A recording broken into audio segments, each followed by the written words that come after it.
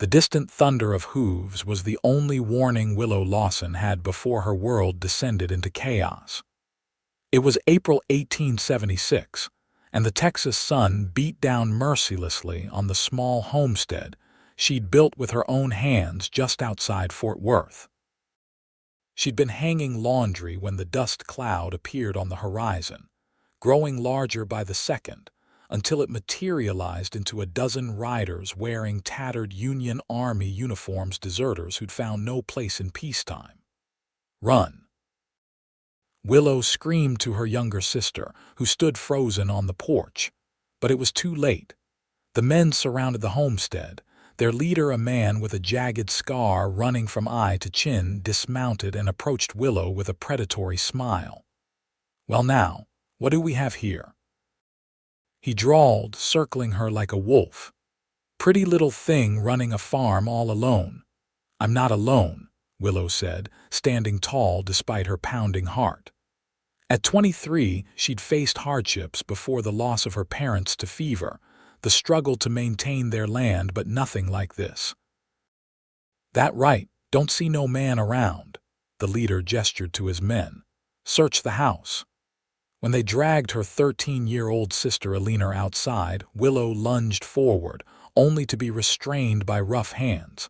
"Leave her be, she's just a child." "Found something, Captain Morgan," one of the men called from inside the house, emerging with a lockbox. "Looks like there's documents in here." Captain Morgan examined the deed to the land that had been in Willow's family for 2 generations. "Well now, seems we've stumbled on something valuable. Boys, we've just found ourselves a new headquarters." That was 3 weeks ago. Now Willow stared at the rough-hewn ceiling of what had once been Fort Griffin, an abandoned military outpost the deserters had claimed as their own after burning her homestead to the ground. They'd taken her sister to another location, insurance, they called it, while keeping Willow captive at the fort. She was valuable, they said, because her signature would make their claim to her land legal. Her hands had been unbound, but the door remained locked at all times.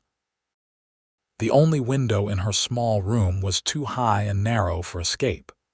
Every day, Captain Morgan would visit, demanding she sign away her property, and every day she refused. She knew once she signed, both she and Alina would be disposable. The fort had become a hub for the gang's illegal activities, rustling cattle, robbing stage coaches, and worse. Willow had overheard enough through the thin walls to know they were planning something big, something involving the railroad payroll coming through Fort Worth. As the sun set on another day of captivity, Willow sat on her thin mattress, using a bent nail to scratch another mark into the wooden wall.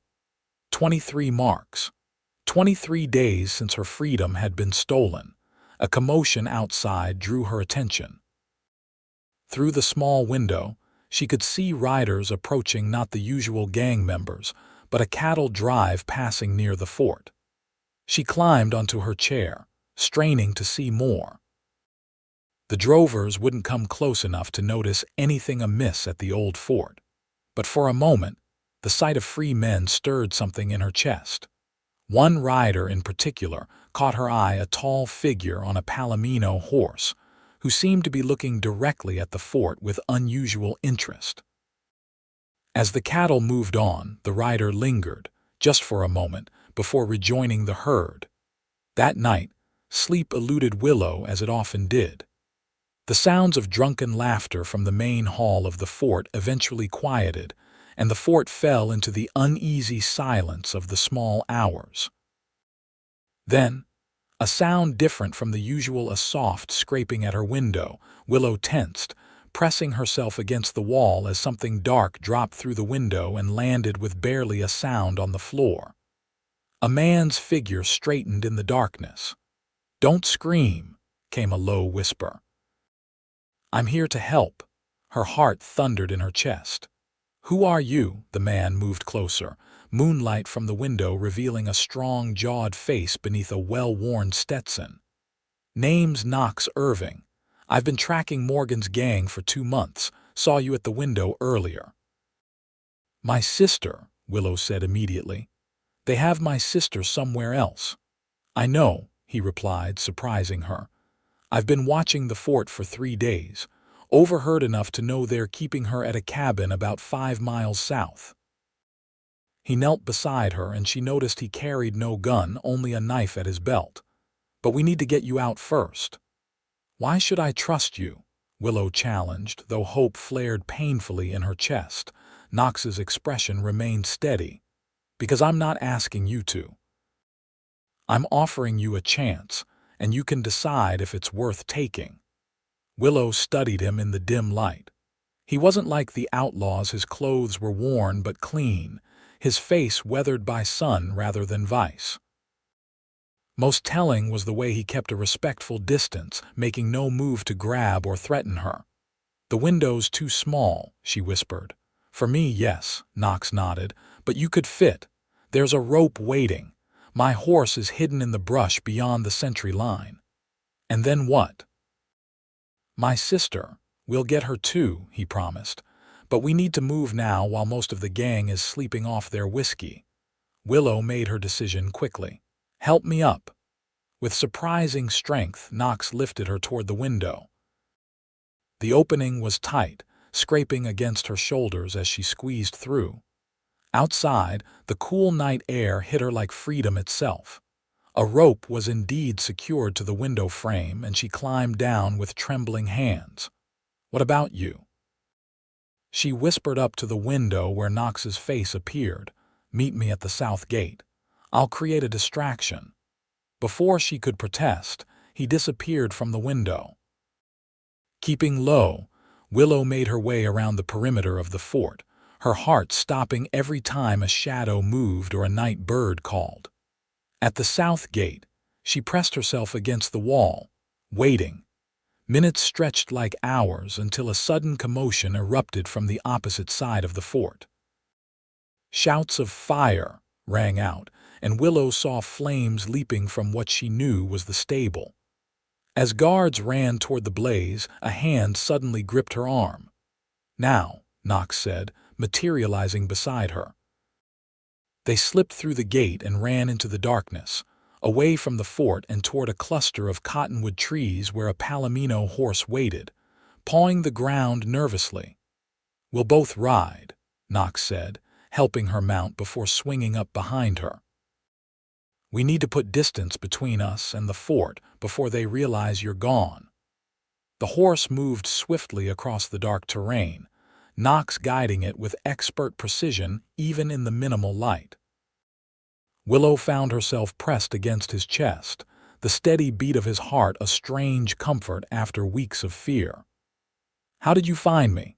she asked, when they'd ridden far enough that conversation seemed safe. "Been trailing Morgan's gang since they raided a settlement near San Antonio," Knox explained, his breath warm against her ear. "I was a Texas Ranger until last year." The war changed things. Some Rangers turned outlaw, some became guns for hire. I decided I'd rather work on my own terms." There was more to the story, she sensed, but he didn't elaborate. "When I heard about a woman being held at the fort, I had to see for myself." "They burned my home," Willow said, anger flaring anew at the memory. "Everything my parents built gone." "Land's still there," Knox replied pragmatically. "Buildings can be rebuilt, not without money." "First things first," he said. "We get your sister, then worry about the rest." They rode through the night, stopping only when the horse needed rest. As dawn broke, Knox guided them into a densely wooded area near a small creek. "We'll rest here for a few hours," he said, dismounting and helping Willow down. "Morgan's men will be searching, but they'll expect us to keep riding. We need to be smart." "How do you know where they're keeping Alina?" Willow asked, splashing cool water on her face from the creek. "Overheard 2 of Morgan's men talking about rotating guard duty at a cabin. They mentioned a girl they were keeping there as insurance." Knox removed his saddle from the palomino, allowing the horse to drink and graze. I scouted it yesterday. One guard usually dozing by midday. She must be terrified, Willow said, guilt weighing heavily on her chest. I should never have let them take her. You didn't let them do anything, Knox said firmly. Morgan's gang is 15 strong and well armed. The fact that you're both still alive means you're smarter than most who cross their path. As they rested in the shade of the trees, Willow studied her rescuer more carefully. Knox Irving was younger than she'd initially thought, perhaps 28 or 30, with sun-browned skin and eyes the color of river stones. A scar ran along his jawline, disappearing into the light beard that covered his chin. "Why did you leave the Rangers?" she asked suddenly. Knox was silent for so long she thought he might not answer. "I disagreed with some of the methods being used," he finally said. "After the war, there was a lot of confusion about who deserved the law's protection. I couldn't be part of something that didn't protect everyone equally." Willow nodded, understanding more than he'd said aloud. The years after the war had been hard on Texas, with tensions running high between former Confederate sympathizers, Union supporters, freed slaves, and native tribes. Justice was often determined by a man's background rather than his actions. "And now," she asked, "now I track men like Morgan, men who think they can take what isn't theirs just because they have guns and no conscience." He looked at her directly. "I don't get paid for it, but I sleep better." Something unspoken passed between them, then a recognition of shared values that went beyond their current circumstances. Willow felt a curious warmth spreading through her chest, despite the danger that still surrounded them. "We should move," Knox said, breaking the moment. "It'll be midday soon, the best time to approach the cabin." They mounted the Palomino again, riding at a more cautious pace through the trees. Knox explained his plan as they traveled, simple but risky. He would approach from the front, creating a distraction while Willow circled around to the back where a leaner would likely be kept. "What if there's more than one guard?" Willow asked. "Then we adjust," Knox said simply. "But from what I gathered, they're stretched thin with their plans for the railroad job. Most of their men are at the fort or scouting the payroll route." The cabin came into view just after noon, a small, dilapidated structure that had probably once belonged to a trapper or prospector. Knox pointed to a lean-to at the back. "That's likely where they're keeping her. There's one horse tied up front, so probably just one guard as expected." They dismounted and approached on foot, separating at Knox's signal. Willow circled wide through the trees, her heart pounding as she made her way to the back of the cabin. Through a small gap in the lean-to's wall, she could see a figure huddled in the corner, a leaner, her hands bound but otherwise appearing unharmed. From the front of the cabin came the sound of Knox's voice, loud and casual, claiming to be a lost traveler seeking directions. The guard's suspicious response followed, and then the conversation moved away from the cabin as Knox apparently led the man around to look at something. Seizing her chance, Willow hurried to the lean-to door, finding it secured with a simple latch. She lifted it quietly and slipped inside. "A leaner," she whispered urgently, her sister's head snapped up, eyes widening in disbelief. "Willow," she gasped, voice cracking. "Is it really you?" "SHH, yes, it's me." Willow rushed to her sister's side, quickly untying her bonds. "We don't have much time. Can you walk?" Eleanor nodded, tears streaming down her dirt-smudged face. "I knew you'd come," she whispered fiercely. "I knew it." A sudden shout from outside froze them both. The sound of a scuffle followed, then a gunshot that made Willow's blood run cold. She pushed Eleanor toward the door. "Run for the trees," she instructed. "Don't stop no matter what you hear."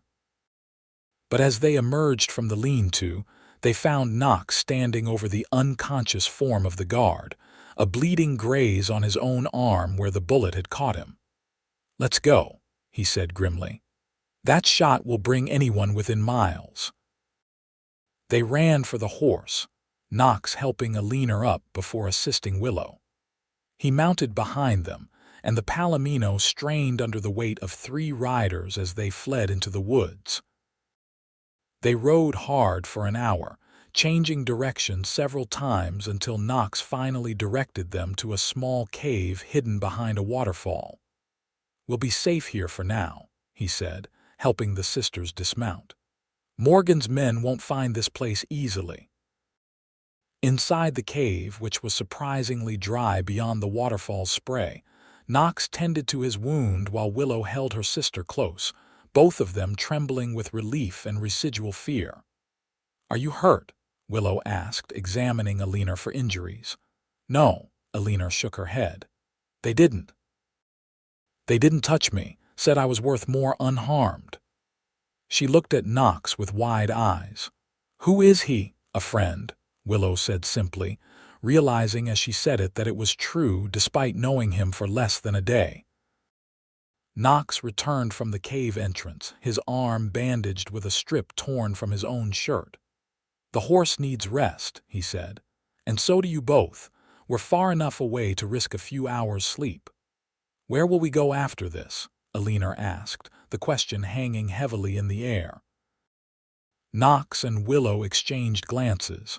"I have a friend in Fort Worth," he said finally. "A former ranger who runs a livery stable. He'll help us, at least temporarily." "And then?" Willow pressed.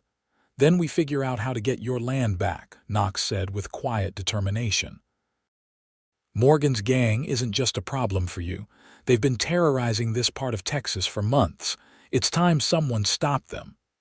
"The local law hasn't," Willow pointed out. "The local law is either scared, bought, or both," Knox replied. "But that doesn't mean they're untouchable." As night fell, they shared the meager provisions Knox had in his saddlebags: jerky, hardtack, and water from the falls. Alina fell asleep quickly, exhaustion finally claiming her, while Willow and Knox sat at the cave entrance, watching the stars appear one by one. "Thank you," Willow said quietly, "for risking your life for strangers." Knox looked at her, the moonlight reflecting in his eyes. "You're not strangers anymore," he said simply. Something shifted between them, then a connection that went beyond rescuer and rescued. Willow felt it like a physical thing, a thread binding them together in the quiet darkness. "Get some rest," Knox said softly. "I'll keep watch." Despite her exhaustion, sleep came fitfully to Willow that night. Each time she woke, she found Knox in the same position, vigilant at the cave entrance, his silhouette a reassuring presence against the night sky. They set out at first light. The Palomino rested enough to carry them again, though Knox walked alongside to ease the burden. By midday, the outskirts of Fort Worth came into view, the town having grown considerably since Willow had last visited. "We'll skirt around to the south side," Knox explained. "Walter's livery is there, away from the main streets where Morgan might have men watching." The livery stable was a large, well-kept building with corrals extending behind it. A burly man with a silver-streaked beard looked up from shoeing a horse as they approached, his weathered face breaking into a surprised smile at the sight of Knox. "Well, I'll be damned," he said, setting down his tools. "Thought you might be dead by now, Irving." "Not yet, Walter," Knox replied with a hint of a smile, though not for lack of trying on some folks' part. Walter's expression turned serious as he noticed the women and Knox's bandaged arm. "Trouble, the kind that needs to stay quiet," Knox nodded. "These ladies need a safe place for a few days." Walter didn't hesitate. "Got a room above the stable. Not fancy, but it's clean and no one will look for them there." While Walter showed Alina and Willow to the room, Knox tended to his horse. When he joined them later, he found Willow alone, Alina having fallen asleep on one of the 2 narrow beds. "Walter's wife brought some clothes and food," Willow said, gesturing to the bundles on the table. She didn't ask any questions. "They're good people," Knox said, sitting heavily in a chair, the events of the past 2 days clearly taking their toll. Willow approached him, gently touching his bandaged arm. "Your wound needs proper cleaning," she said. "It's fine," he dismissed, but she was already unwrapping the makeshift bandage. "It's not fine," she countered, examining the angry red gash. "It needs stitching." Walter's wife had included medical supplies in her bundle, and Willow set about cleaning and stitching the wound with practiced hands. Knox watched her work, impressed by her steadiness. "You've done this before," he observed. "When you run a farm, you learn to tend to all manner of injuries," she replied. "My father made sure I could stitch a wound as well as any doctor." As she worked, Willow became increasingly aware of Knox's proximity, the warmth of his skin beneath her fingers, the steady rhythm of his breathing. When she finished and looked up, she found him watching her with an intensity that made her breath catch. "Thank you," he said softly. She stepped back, suddenly flustered. "You should rest," she said. "You've been awake for 2 days, so have you." "I wasn't shot," she pointed out. A ghost of a smile touched his lips. "Fair enough." That evening, Walter joined them with news from town. Morgan's gang was indeed searching for them, offering a reward for information. The town sheriff, as Knox had predicted, was making no moves against the gang. "They're saying you kidnapped 2 women," Walter told Knox. "Turned it all around to make you the villain." "Not surprising," Knox replied. "What about their plans for the railroad payroll, set for 3 days from now?" Walter confirmed. "Word is they're planning to hit the shipment 5 miles outside of town at Cottonwood Creek." Knox nodded thoughtfully. "That might be our chance." "Chance for what?" Willow asked, though she suspected she already knew the answer. "To end this," Knox said. "If we can alert the railroad guards about the ambush, we could catch Morgan's gang red-handed.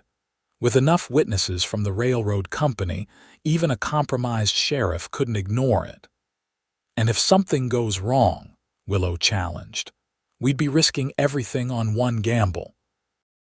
"Sometimes one gamble is all you get," Knox replied quietly.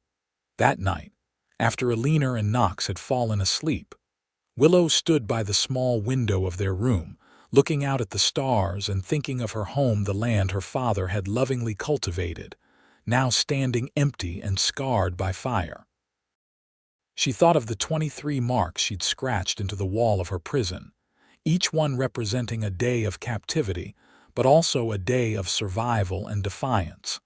Knox stirred, waking silently as only a man accustomed to danger could. He joined her at the window, careful not to wake Alina. "Couldn't sleep?" he asked softly. "Too much on my mind," Willow admitted. "I keep thinking about what happens after, if your plan works and Morgan's gang is captured. What then? I have no home to return to, no money to rebuild." Knox was quiet for a moment. "What would you want if you could choose anything?" The question caught her off guard. No one had asked what she wanted in a long time. "I want my land back," she said finally. "I want to rebuild what was destroyed. I want Alina to have the life our parents dreamed for us." "Then that's what we'll work toward," Knox said simply, as if her dreams were already facts waiting to be realized. "And what about you?" Willow asked. "What do you want, Knox Irving?" He looked at her then, really looked at her, and Willow felt something stir deep within her chest. "I've been wandering a long time," he said. "Chasing outlaws, sleeping under stars. Lately I've been thinking it might be time to stop moving." The implication hung between them, unspoken but undeniable. Before Willow could respond, Alina shifted in her sleep, breaking the moment. "We should rest," Knox said, stepping back. "Tomorrow we need to start planning." The next 2 days passed in a flurry of preparation. Walter provided information about the railroad payroll route while Knox and Willow devised a plan to warn the guards without exposing themselves to Morgan's men. Eleanor, showing remarkable resilience, helped by keeping watch from the stable roof, alerting them whenever strangers approached the livery. On the eve of the payroll shipment, tension hung heavy in the small room above the stable. Their plan was in place. Knox would ride out early to intercept the shipment before it reached Cottonwood Creek, warning them of the ambush. Meanwhile, Walter would arrange for several trusted former rangers to be positioned near the ambush site as witnesses. "What if Morgan's men see you?" Willow asked as they went over the plan one last time. "They won't," Knox assured her. "I'll approach from the north side away from their lookout positions. And if something goes wrong," she pressed. Knox met her gaze steadily. "Then Walter will get you and Eleanor to safety in San Antonio. He has friends there who can help you start over." The thought of starting over somewhere else somewhere without Knox sent an unexpected pain through Willow's chest. In just a few days, this man had become important to her in ways she hadn't anticipated. "I don't want to start over in San Antonio," she said quietly. "Willow," Knox began, but she cut him off. "No, I'm coming with you tomorrow." "Absolutely not," he said firmly. "It's too dangerous." "This is my fight as much as yours," Willow countered. "More even. They burned my home, threatened my sister, held me captive for weeks. I have every right to see this through." They argued back and forth, neither willing to yield until Eleanor's voice surprised them both. "She's right," the young girl said, sitting up in her bed. "Willow deserves to be there." Knox looked between the two sisters, recognizing the same stubborn determination in both faces. "Fine," he conceded finally. "But you stay with the railroad guards once I've warned them. No heroics." Willow nodded, satisfied. "No heroics," she agreed. Dawn broke clear and cool the next morning. Knox and Willow prepared to leave while Walter gave them last-minute information about the payroll route. "Be careful," Eleanor said, hugging her sister fiercely. "Come back to me." "Always," Willow promised, holding her sister tight before mounting behind Knox on the Palomino. They rode out as the town was just beginning to wake, keeping to back alleys until they reached open country. The plan was to cut across open terrain to intercept the payroll wagon before it reached the ambush site, which required riding hard and fast. As they crested a hill overlooking the main road, Knox suddenly pulled the horse to a stop.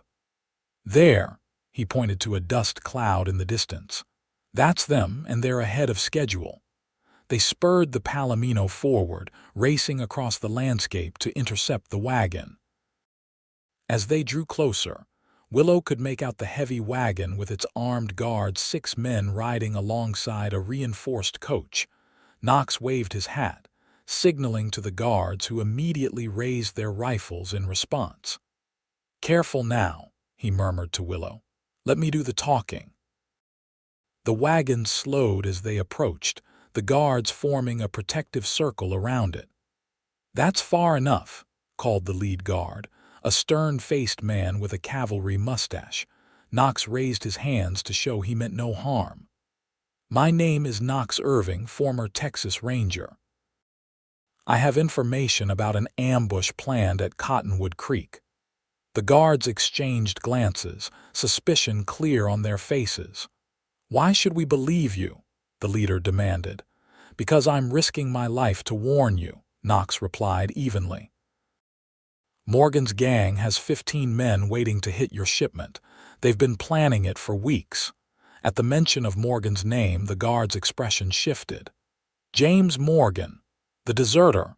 "The same," Knox confirmed. "He and his men have been operating out of the old Fort Griffin. They're desperate and well-armed." The guard conferred briefly with his men before turning back to Knox. "We've heard rumors of Morgan's gang, if what you're saying is true." "It is," Willow spoke up, unable to remain silent any longer. They held me captive at the fort for 3 weeks. I overheard their plans myself. Something in her voice, the unmistakable ring of truth born from suffering, seemed to convince the guard. "What do you propose we do?" he asked Knox.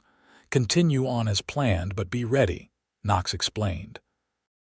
"We have men positioned near the ambush site who will provide backup when Morgan makes his move." The guard nodded slowly. "And you will ride ahead, join our men. When you reach the creek, you'll see a red bandana tied to a branch.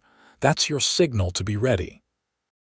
With the plan set, Knox and Willow rode ahead, taking a less direct route to avoid being spotted by Morgan's lookouts. They reached the designated meeting point to find Walter and 4 other men, all former rangers, waiting with rifles ready. "Everything set?" Walter asked as they dismounted. "The guards are warned," Knox confirmed. "Now we wait." They positioned themselves on a rocky outcropping overlooking Cottonwood Creek, with a clear view of the spot where Morgan's men would spring their trap. From their vantage point, they could already see the outlaws in position, hidden among the trees and rocks. "There's Morgan," Willow whispered, spotting the scarred face of her captor as he directed his men from behind a large boulder. Knox squeezed her hand briefly. "Stay here with Walter," he instructed. "When the shooting starts, keep your head down." "Be careful," she said, holding his gaze longer than necessary. He nodded once before moving into position with the other men. Walter placed a reassuring hand on Willow's shoulder. "He knows what he's doing," the older man said kindly. "Best tracker and shot I ever saw in the Rangers." The wait seemed interminable. Finally, the sound of wagon wheels and hoofbeats announced the approach of the payroll shipment. Willow watched as the wagon came into view, moving at a steady pace toward the creek crossing. The guards were alert, rifles ready, giving no indication they'd been warned. As the wagon reached the center of the creek, Morgan gave a signal and his men rose from their hiding places, guns trained on the guards. "Throw down your weapons," Morgan shouted. "Do it now and nobody gets hurt." What happened next unfolded in a blur of action. Instead of surrendering, the guards dove for cover, returning fire immediately. At the same moment, Knox and the former Rangers opened fire from their position, catching Morgan's gang in a deadly crossfire. Willow watched in horror and vindication as several of Morgan's men fell in the first volley. The outlaws, realizing they'd been trapped, scattered for cover, returning fire wildly in the chaos. She spotted Morgan himself breaking away from the main group, heading for a horse tied at the edge of the trees. Without thinking, Willow grabbed Walter's spare rifle. "What are you doing?" Walter called as she slipped away from their position. "No heroics," she called back, even as she moved quickly down the slope, keeping to the cover of rocks and brush. Morgan was nearly at his horse when Willow stepped into his path, rifle raised. "Stop right there," she commanded, her voice steadier than she felt. Morgan froze, his scarred face twisting into a snarl of recognition. "Well, if it isn't the stubborn farm girl," he sneered. "Should have known you'd be behind this." "On your knees," Willow ordered, the rifle unwavering in her hands. "Hands where I can see them." Morgan slowly raised his hands, but the mocking smile never left his face. "You don't have the guts to shoot me, girl. You burned my home," Willow said, each word precise and cold. "You held my sister hostage. You kept me prisoner for 3 weeks. Don't test what I'm willing to do." Something in her voice must have convinced him, because the smile finally faltered. Slowly, Morgan sank to his knees, hands still raised. "Willow," Knox's voice came from behind her. "I told you to stay put." "He was getting away," she replied, not taking her eyes off Morgan. "I couldn't let that happen." Knox approached carefully, his own gun trained on Morgan. James Morgan, you're under arrest for kidnapping, theft, arson, and attempted robbery of a federal payroll. Morgan spat on the ground. You've got nothing, Irving. Sheriff Benson's in my pocket. This won't stick. That might have been true yesterday, Knox replied calmly. But today the territorial marshal is riding with additional railroad security just behind this shipment. And they'll be very interested in what Miss Lawson has to say about your operation.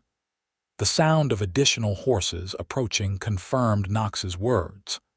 As Morgan's face fell in realization, Willow finally lowered the rifle, her hands beginning to shake with delayed reaction.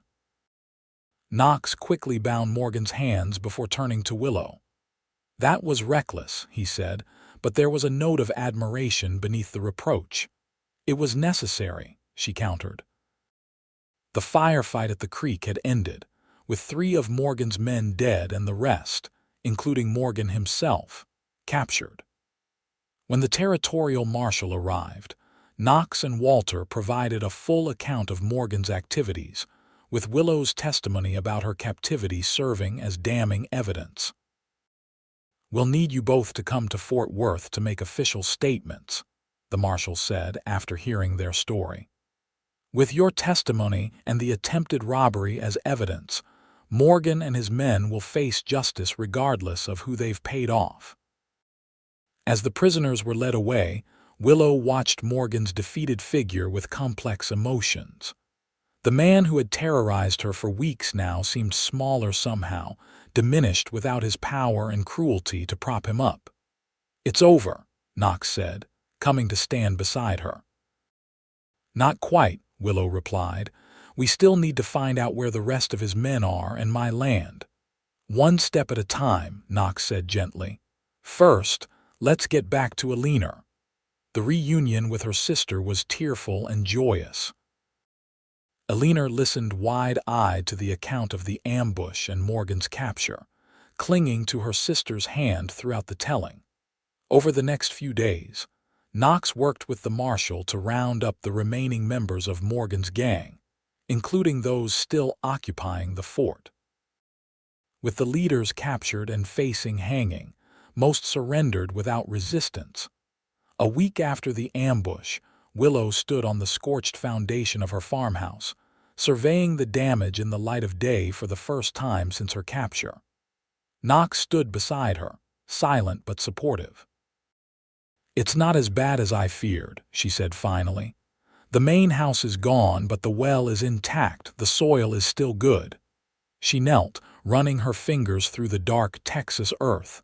We can rebuild. Knox questioned softly. Willow looked up at him, the man who had risked everything to save her and her sister, who had stayed by her side through danger and justice. The man who, somewhere along the way, had become essential to her future plans without her even realizing it. Yes, she said, rising to meet his gaze. If you're willing. Knox took her hands in his, calloused palms warm against her skin. I told you I was tired of wandering, he said. If you're offering a place to stop. I'm offering more than that, Willow said boldly, stepping closer. I'm offering a home, a partnership, a future. The kiss, when it came, felt like the natural conclusion to a story that had begun with danger but would continue with promise. Knox's arms encircled her waist, drawing her close as her hands found their way to his shoulders, then his face, mapping the features that had become so dear to her in such a short time. When they finally parted, both slightly breathless, Knox rested his forehead against hers. I should warn you, he said, a smile in his voice. I'm better at tracking outlaws than I am at farming. Fortunately, Willow laughed, I'm excellent at farming, and I have a feeling we'll make a good team. The territorial court moved swiftly in the case against Morgan's gang. Willow's testimony, along with Alina's and the evidence from the attempted payroll robbery, sealed their fate. By summer's end, Morgan and his lieutenants had been hanged, and the remainder of his gang sentenced to long prison terms. As compensation for her ordeal, the territorial government provided Willow with funds to rebuild her homestead, a process already well underway, thanks to Knox's labor and the help of Walter and other friends they'd made during their ordeal. By autumn, a new house stood on the foundation of the old, larger and sturdier than its predecessor. Knox had added a covered porch that wrapped around two sides, where Willow often sat in the evenings, watching Alina tend to the kitchen garden they'd planted together. On a crisp October evening, with the sunset painting the Texas sky in brilliant oranges and purples, Knox joined Willow on that porch, taking her hand in his. "I've been thinking," he said, his voice holding an uncharacteristic note of nervousness, "about what you said about a partnership." Willow turned to him, heart quickening at his tone. "Yes, I was wondering if you might consider making it official." From his pocket he produced a simple gold band. "Walter helped me find it in town. It's not fancy, but it's perfect," Willow interrupted, her eyes shining. "And yes." "My answer is yes." Their wedding took place on Christmas Day with Alina, Walter and his wife, and a handful of neighbors in attendance. The local preacher officiated in the front room of their rebuilt home, with pine boughs and red berries decorating the mantel. Willow wore a dress of deep blue, with her mother's lace collar carefully preserved from before the fire. Knox had a new suit, looking both handsome and slightly uncomfortable in the formal attire. "I now pronounce you man and wife," the preacher declared, and Knox kissed his bride to the cheers and applause of their small gathering. That night, after the guests had departed and Alina had gone to bed, Knox and Willow stood on their porch, looking out at the land that had seen so much hardship and now promised so much joy. "Did you ever imagine," Willow asked, nestled against her husband's side, "when you first saw me in that fort window that we'd end up here?" Knox considered the question seriously. "No," he admitted. "I was just trying to right a wrong I never expected to find." He paused, searching for the right words. "To find home," he finished simply. Willow smiled, understanding completely what he meant.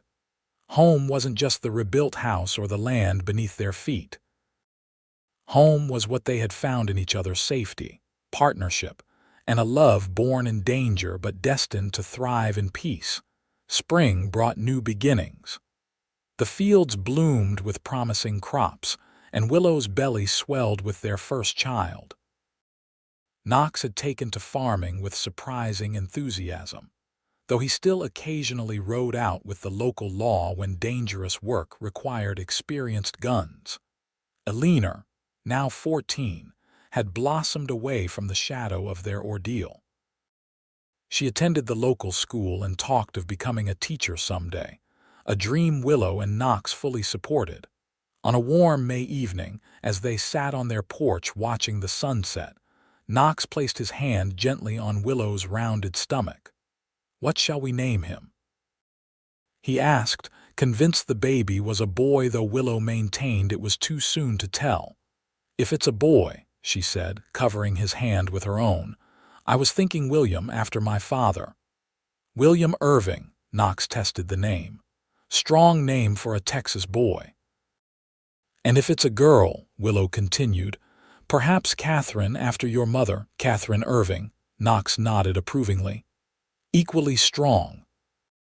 As the stars began to appear in the darkening sky, they spoke of plans for the future, expanding the farm, adding rooms to the house as their family grew, helping Alina pursue her education.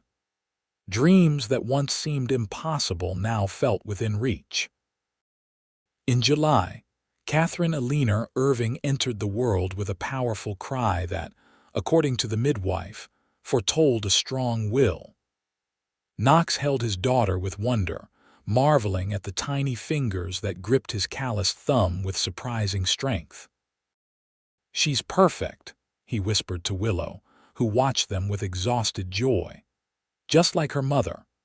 Life settled into a rhythm of seasons and growth. The farm prospered under their combined care, and word spread of Knox Irving's fair dealings and Willow's hospitality.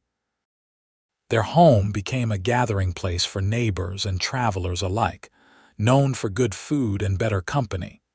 2 years later, William Walter Irving joined his sister, completing their family circle. Knox taught the children to ride almost before they could walk, while Willow ensured they learned their letters and numbers with equal diligence. On the 5th anniversary of the day Knox helped Willow escape the fort, they stood together at the edge of their property, looking out over the thriving farm that had risen from ashes. "You ever think about that day?" Willow asked. "When you first saw me at the window?" Knox nodded, his arm secure around her waist. "I remember thinking you looked fierce, not frightened, like someone who wouldn't be broken." "I was terrified," Willow admitted, "but also determined. I never expected a stranger to risk everything to help us." "Not a stranger anymore," Knox said, echoing words spoken long ago in a hidden cave. "No," Willow agreed, turning in his embrace to face him. "The man I love, my husband, the father of my children, my partner in everything." "Everything," Knox affirmed, bending to kiss her softly. Behind them, Catherine's laughter rang out as she chased her little brother around the yard, their joy a testament to the life Knox and Willow had built from the ashes of destruction, and the bonds of an unexpected rescue. As the sun set on another day, painting the Texas sky in familiar golds and reds, Willow Irving said a silent prayer of gratitude for the chain of events that had brought her here, even the painful ones. From captivity to freedom, from loneliness to love, from fear to family. A journey that had begun in the darkest circumstances had led to the brightest of futures. And standing beside the man who had risked everything to save her, Willow knew with absolute certainty that some rescues weren't just about escape. Some were about finding your way home.